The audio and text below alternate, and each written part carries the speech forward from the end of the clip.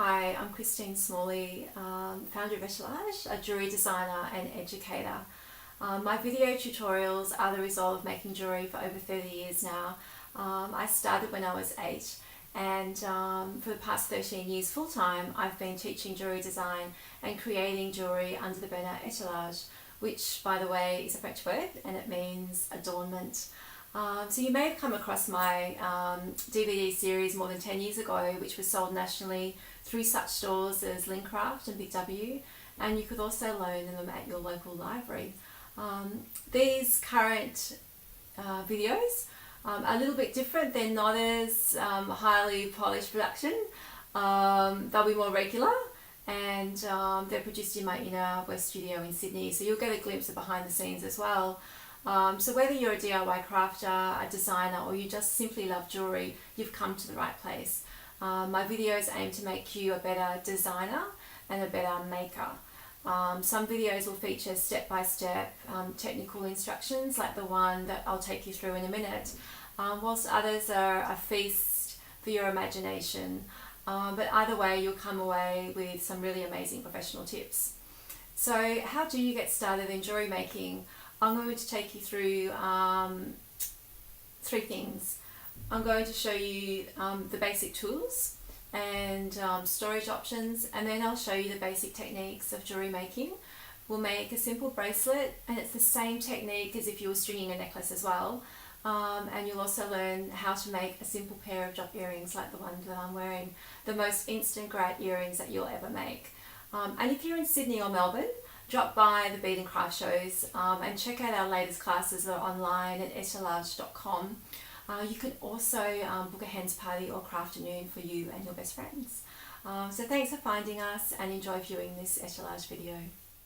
You don't have to be highly skilled to create beautiful pieces of jewellery. With a little imagination, the right tools and some professional tips, you can produce fabulous and original pieces instantly that will impress you as well as your friends.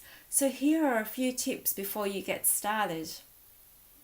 So you need to be organised, so have all of the basic tools on hand. Round nose pliers are pointy pliers, and they allow you to link beads together to create things like earrings.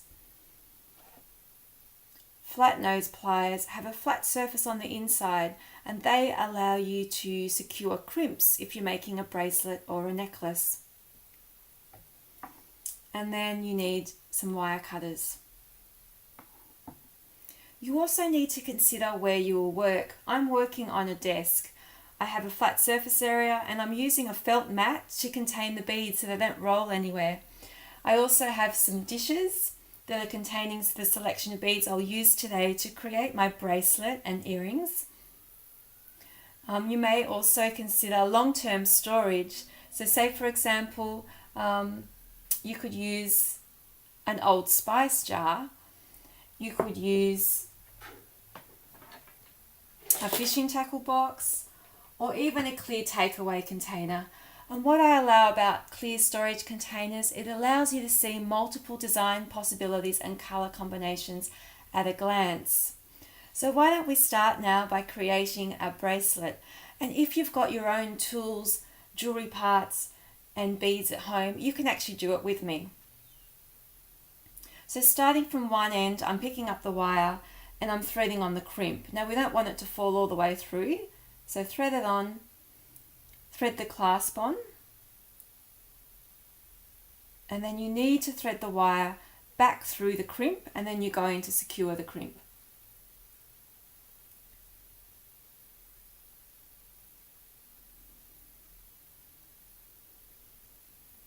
Glide the crimp up to the end and then squash it. So that's now secure.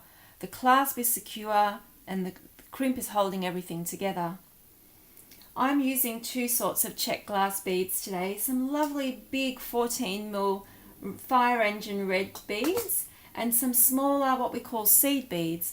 They're called 8Os. They're approximately 3mm in diameter. The reason why I love working with seed beads, it gives your work a really lovely drape. So threading on the first bead or beads, tuck in the excess wire as well. Now this is a repetitive pattern, and I would suggest as a beginner just to start off with something that's really simple in design. So not to complicate, just to really focus on the actual process and the technique of stringing. Being larger beads, this project is quite a quick project.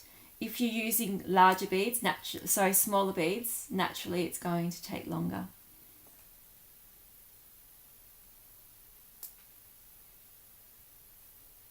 So once they're all strung on, we'll actually finish the way that we started.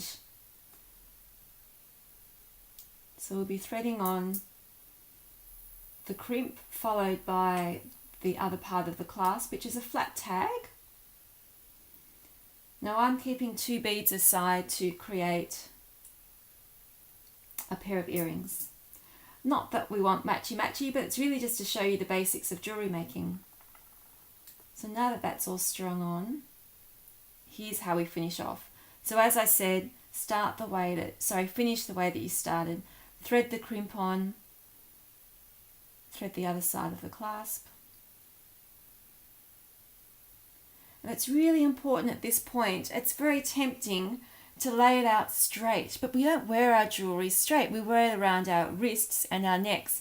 So if we just finish it off the way that we would wear it, so drape it in a circular motion, and it will give you a lovely tension. So 2 tension tips, use seed beads, and when finishing off, drape it in a circular motion. So that's our bracelet. That's beautiful. I've created this necklace using the same technique, so using the beads, larger beads with a smaller bead in between, so it gives it a really lovely drape. So it's very, very flexible. And now moving on to our earrings. So as I said, I've got 2 beads, and all I need to make the earrings is a hook, and we've got a fish hook here. It's a surgical steel, so if you are allergic, steel is hypoallergenic, which is fantastic.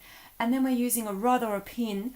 It has a flat bottom. It's known as a head pin, and it comes in different lengths, and we've chosen a length that suits this. So we need about 1 centimetre to work with after we've threaded on the bead that we're using. So we'll thread the bead on now, and we're using our round nose pliers. We're going to form a loop, and before we close it, we just need to thread on the hook, put the tool in to close. Now I'll make another one, and I'll just give you a couple of tips. I'm holding my work horizontally, not vertically, and that allows me to see what's going on. I'm using the tip of the wire and tip of the plier, and I'm not over rotating my hand. Thread the hook in, place the tool in as far as it can go, and then close it. So we've created a lovely pair of earrings. It's the most instant pair of earrings you'll ever make. I hope you've enjoyed getting to know how to make a basic beaded bracelet and earrings, and I look forward to sharing with you many, many other projects and professional tips.